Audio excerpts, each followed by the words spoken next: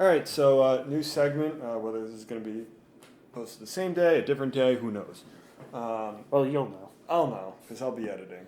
Um, so we have the NHL. We've had a whole bunch of different interesting games going down here, but it's finally come down to the Canadiens and the Lightning, which are both Eastern Conference teams. Not this year. Yeah, normally they're Eastern Conference teams, but how the standings work this year, we had a West Division, a Central Division, an East Division, and a North Division. The North Division was all the Canadian teams. Yeah. Did they say how they're going to deal with the Stanley Cup Finals in terms of border travel? Have they said? I'm not sure actually. Yeah, I guess while you introduce yeah. the teams, I'll look that up. So basically, how hockey ended this year, we had the Avalanche win the West Division. They, I guess, won via tiebreaker over the Knights because they both finished with 82 points. But the Avalanche got that. And the Hurricanes finished with 80 points, getting the Central Division. The Penguins snuck by the Capitals, Bruins, and Highlanders and finished with 77 points. Actually, the Capitals did too, but tiebreaker. So Penguins won the East Division. And then the Maple Leafs had 77 points and won the North Division.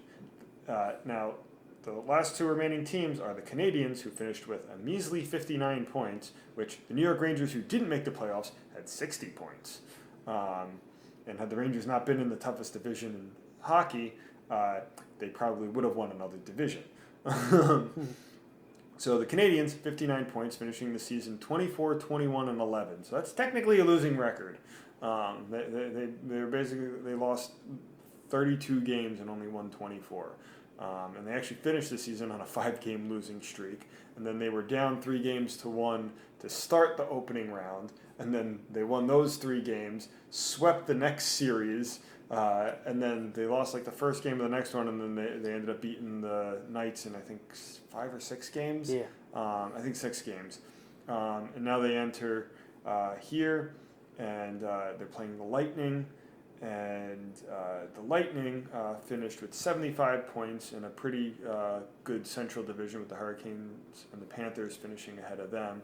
Lightning losing their last 3 games of the year, and the Panthers winning the last 6 to jump them in the standings. And you have to remember the Lightning are a team that won the Stanley Cup last year in that shortened season.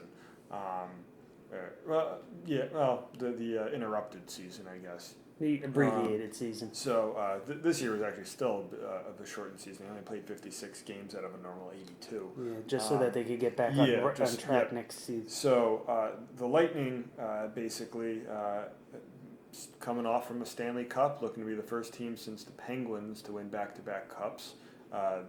The Canadiens, though, they have not won since 1993. So that is, I believe, before both of us were born. Yes. Because that would be June 1993. Yeah. So it was a couple months before you and like 4 or so months before me. Yeah. To answer the question before, Canada has given a travel exemption that allows the whoever wins the North Division to travel between Canada and the United States for the semifinals and the finals. Why they can't do that to the Blue Jays so that they could play in Toronto again?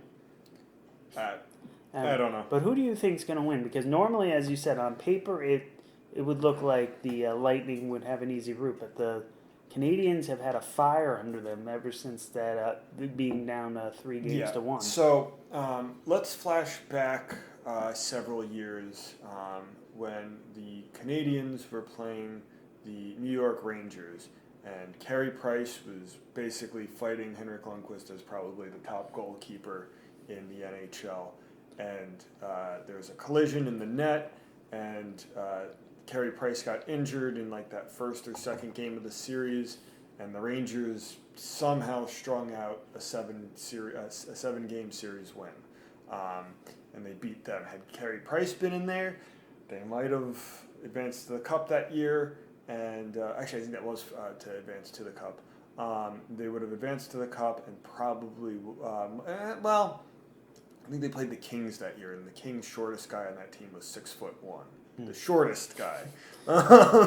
So literally, the Rangers were so tired from playing the Flyers, the Penguins, and the Canadians that they got to the Kings, and it was just like, yeah, big doesn't get tired. It doesn't get tired as easy. So I don't know if the Canadians would have won the Cup that year. But what's more interesting is they're the last Canadian team to win also it is the last Canadians team that won, but like the actual a team from Canada, the Canadians from Canada are the last Canada team to win. So that's been like what 28 years now. It's been a running joke as of the internet age. So. Carey Price has found a nice resurgence, as we saw with Jonathan Quick in the 2010s when he had a real good couple runs in the playoffs. You got a good hot goalkeeper. That might be hard to beat. But the Lightning, they're back in the playoffs.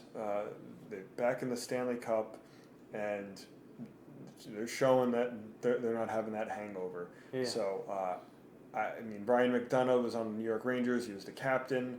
Kind of have a little favoritism towards that. So, kind of like the Lightning. And even right before that, too, like Ryan Callahan, who was on the Rangers and went the former captain, and then got traded to the Lightning several years ago, but then he had to retire because of, I think, a spine injury or something like that. Yeah, that sounds right. So, I kind of want the Lightning, but like at the same time, Carey Price is so deserving of a cup.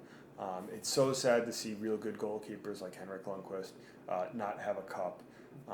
Carey Price definitely deserves it. As much as I don't want a Canadian team because USA, America. As much as I want to see the United States team and Ryan McDonough win another cup, Carey Price definitely deserves it. See, I'm going to take the different route. My less informed hockey opinion than yours. I'd like to see a repeats.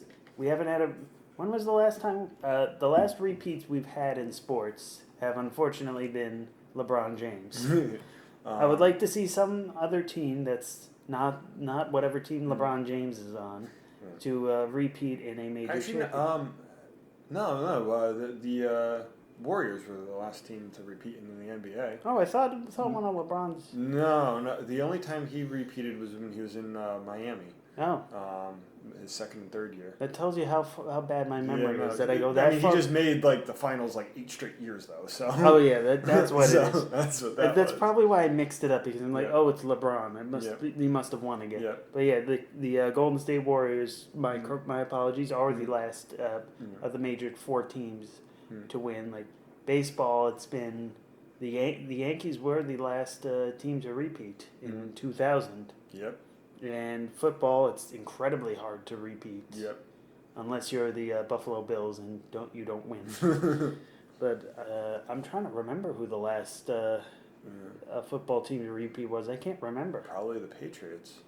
Probably. No, that's a safe pit. Yeah. I think that's what it was. I don't think anybody else has repeated. Yeah. The Seahawks had a chance, but they decided to not run the ball. They decided Tom Brady needed another one. And we're going to end that at there. Yeah.